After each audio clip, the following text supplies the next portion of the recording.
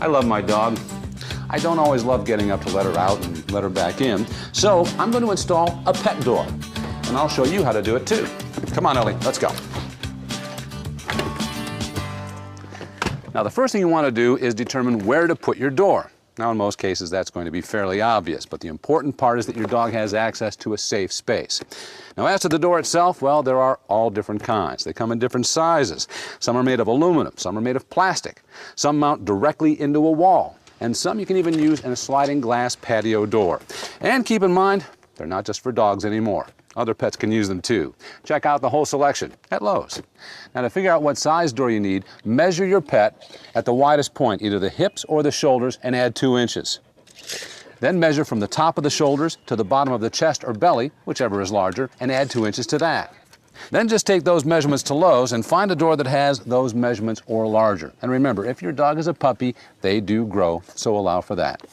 All right, let's get to the installation. Now, we're going to be putting ours in a standard entry door, but remember, different doors, different instructions. Be sure to read yours.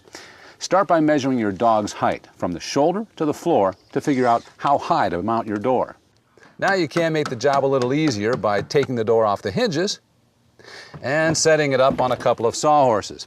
You want to set it exterior side up. Now, we have a window on the top of our door, but if you have a plain door, mark the bottom so you don't cut the wrong end. Now, your pet door should come with a template like this one. Just find the size for your door and cut along the lines. Then tape the template to the door, lining up the shoulder line on the template with the mark we made on the door earlier. And make sure that the edge of the template is even with the edge of the door.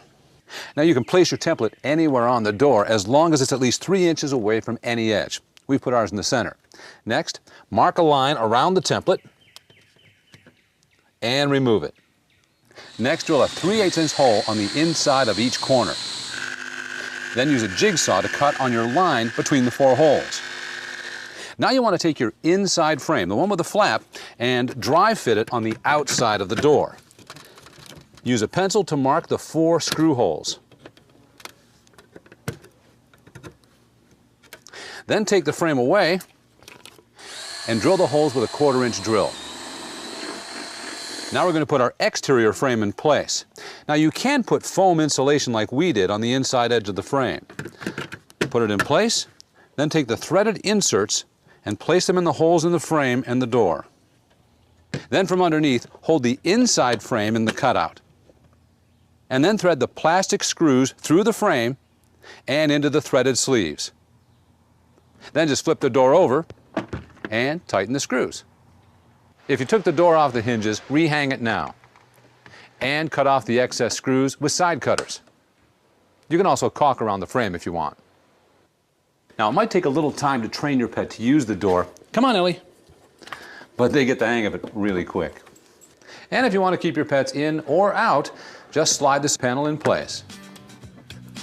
Well, now that your dog can come and go as it pleases, it might be a good time to check out our fence installation tips video and a lot of other great home improvement tips at Lowes.com/videos.